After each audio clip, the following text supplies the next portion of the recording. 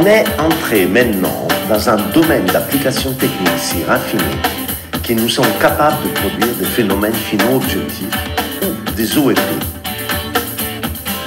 Un phénomène qui peut être universellement et uniformément observé chez d'autres serait un phénomène final qui dépasse de loin la réalité individuelle et subjective sur quelque chose. Dans un des derniers posts, Ron a écrit « Le statique peut être défini comme l'attractivité, la force qui attire deux ou plusieurs êtres, tandis que l'antistatique peut être défini comme la répulsion, la force qui repousse deux ou plusieurs êtres. Ces deux forces se situent simultanément en bas et en haut de l'échelle de tout. » Puis, je me suis souvenu que déjà en 2021, Ron écrivait sur le statique et l'antistatique.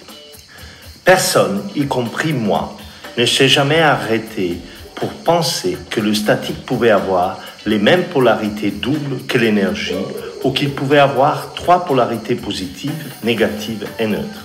Si c'est le cas, elle possède toutes ces caractéristiques à la fois, mais pas simultanément.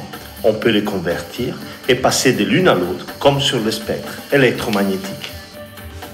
J'ai voulu tester la polarité, puisque à chaque instant, comme statique, on interagit avec la matière, le spectre électromagnétique, et dans la conscience de ces trois polarités, plus, moins et neutre. Si l'impact sur la signification est évidente, puisqu'on peut la transformer en son opposé ou simplement lui donner un équilibre neutre, j'ai voulu essayer l'impact sur le reste.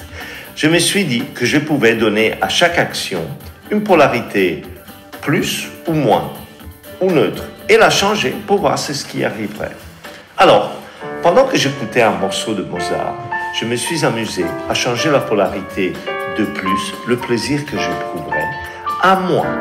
C'est étonnant, comme cela a réduit le plaisir du moment en y ajoutant des émotions négatives comme la peur de jouer du piano, la tristesse, et finalement, il y a eu une baisse de ton.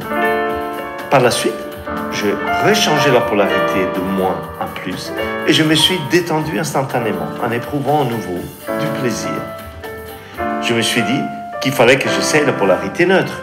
Mais c'est quoi la polarité neutre dans l'épisode? J'ai essayé de réécouter le même morceau de Mozart en étant extérieur à ce qui arrivait, en le percevant, mais en cherchant à ne pas y être impliqué.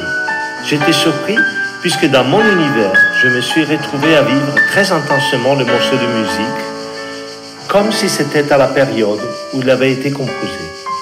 Cela m'a sorti du temps présent actuel pour aller dans un autre temps présent. J'étais capable de vivre le moment, pas comme un rappel, mais comme quelque chose qui se déroulait à cet instant. Finalement, c'est comme si le spectre électromagnétique gérait l'attraction et la répulsion, ainsi que la piste du temps.